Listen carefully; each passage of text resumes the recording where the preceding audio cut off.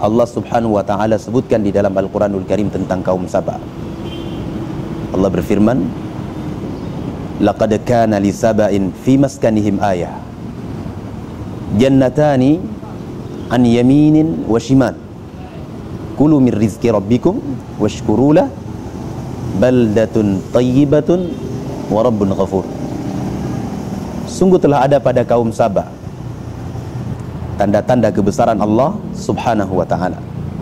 Di tempat mereka tinggal, di kampung halaman mereka, Allah Subhanahu wa ta'ala berikan kepada mereka dua kebun di sebelah kanan dan kiri mereka.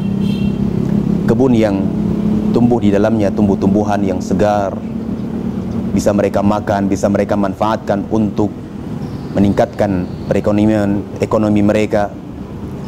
Nikmat begitu besar diberikan oleh Allah Subhanahu wa ta'ala.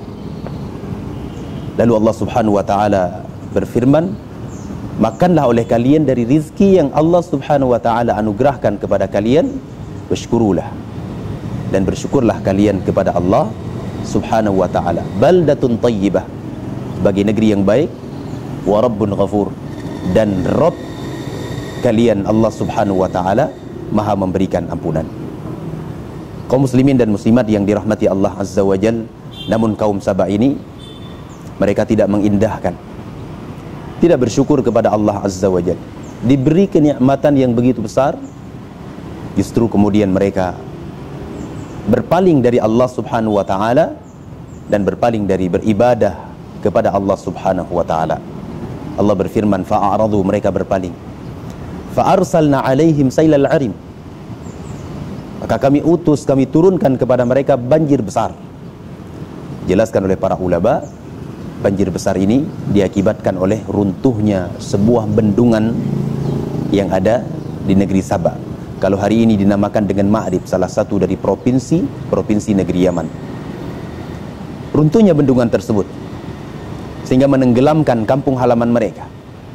Kaum muslimin dan muslimat yang dirahmati Allah, Allah Subhanahu wa ta'ala cuma mengirim salah satu dari sekian juta makhluk Allah Subhanahu wa ta'ala, itu cacing tanah. Diutus, dikirim oleh Allah Subhanahu wa ta'ala untuk memakan bendungan tersebut, sehingga bendungan itu menjadi lembek, berlumpur, hancur. Kemudian air yang begitu besar di dalam bendungan itu tumpah, menenggelamkan kampung halaman ataupun orang-orang Saba. Allah Subhanahu wa ta'ala melanjutkan dalam ayat tersebut, وَبَدَّلْنَاهُمْ بِجَنَّتَيْهِمْ جَنَّتَيْنِ ذَوَاتَيْ أُكُلٍ خَمْطٍ. Bukan cuma ditenggelamkan oleh Allah Subhanahu wa ta'ala, bahkan Allah Subhanahu wa ta'ala gantikan kepada mereka dua kebun yang dulunya tumbuh di dalamnya buah-buahan yang segar, digantikan oleh Allah Subhanahu wa ta'ala dengan dua kebun yang berbuah di dalamnya buah-buahan pahit kemudian berduri. Ini semuanya akibat dari tidak bersyukur kepada Allah Subhanahu wa ta'ala. Kaum muslimin dan muslimat yang dirahmati oleh Allah Subhanahu wa ta'ala, bersyukurlah kepada Allah. Niscaya Allah Subhanahu wa ta'ala akan menambah kepada kita kenikmatan. Dan ingatlah bahawa ketika seseorang tidak bersyukur kepada Allah Azza wa Jal, maka ketahuilah bahwasanya azab Allah Subhanahu wa ta'ala sangatlah pedih.